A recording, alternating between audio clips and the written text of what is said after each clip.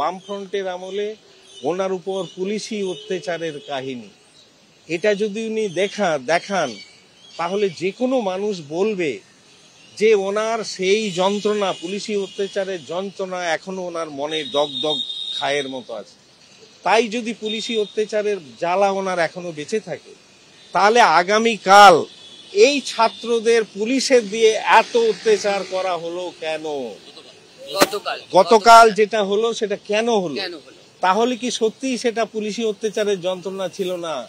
এটা সিদ্ধান্ত আসা যায় কি যে উনি চেয়েছিলেন ওই ছবিটা দেখিয়ে বিশ্বের বাজারে নিজেকে সেল করতে চেয়েছিলেন, এছাড়া অন্য কোনো উদ্দেশ্য আছে বলে আমি মনে করি না।